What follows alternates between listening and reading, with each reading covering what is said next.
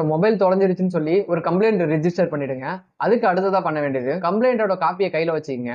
கம்ப்ளைண்டோட register நம்பரும், காப்பியும் ரொம்ப முக்கியம். அந்த காப்பிய கையில வச்சுக்கிட்டு, ஸ்க்ரீன்ல உள்ள இந்த வெப்சைட்குள்ள போனீங்கன்னா, பிளாக் மை ஃபோன்னு காட்டும். அந்த ஆப்ஷன்குள்ள போனீங்கன்னா, உடனே ஒரு மொபைல் நம்பர் கேட்கும். அந்த மொபைல் நம்பர முக்கியமான நம்பரா குடுத்துங்க. அதுவும் நீங்க இப்போதைக்கு கரண்ட்டா யூஸ் பண்ற நம்பர குடுத்துங்க. ஏன்னா, அந்த யூஸ் பண்ற நம்பருக்கு தான் அடுத்தடுத்து வர செக்யூரிட்டி கோடுலாம் அதுல வரும். அந்த நம்பர குடுத்துங்க. கம்ப்ளைண்டோட ரிஜிஸ்டர் நம்பரும், கம்ப்ளைண்ட் காப்பியும் இதுக்குள்ள என்ட்ரி பண்ணிட்டு, அந்த வெப்சைட்ல உள்ள டீடைல்ஸ் எல்லாமே ஃபில் பண்ணிக்கங்க. ஃபில் பண்ணிட்டு சப்மிட் குடுத்துருங்க. சப்மிட் குடுத்த உடனே உங்களுக்கு ஒரு கோடு வரும். அதாவது பிளாக் பண்ண கோடு வரும். அந்த பிளாக் பண்ண கோட வந்து பத்திரமா வச்சுக்கங்க. வெப்சைட்குள்ள போகும்போது ஒரு நம்பர் குடுத்திருந்தீங்க பாத்தீங்களா? அந்த நம்பருக்கு எல்லா டீடைல்ஸ் வரும். அதாவது உங்க நம்பர் இதுக்கப்புறம் ஏதாவது சிம் போட்டாவோ, அவங்க எங்கேயாவது ஆன் பண்ணாவோ உங்களுக்கு அந்த நம்பருக்கு நோட்டிபிகேஷன் வரும். அதே மாரி இது வந்து சென்ட்ரல் கவர்ன்மெண்ட் வச்சிருக்கிறதுனால, சென்ட்ரல் கவர்ன்மெண்ட் எல்லாமே இத பாத்துக்குவாங்க. அப்படி நீங்க இந்த வெப்சைட்ல போறதுக்கு இல்லாம ரொம்ப டைம் ஆகும். எனக்கு வந்து சீக்கிரமா இந்த மாரி கண்டுபிடிக்கணும் அப்படின்னு சொல்லி பாத்தீங்கன்னா, அதுக்கு ஒரு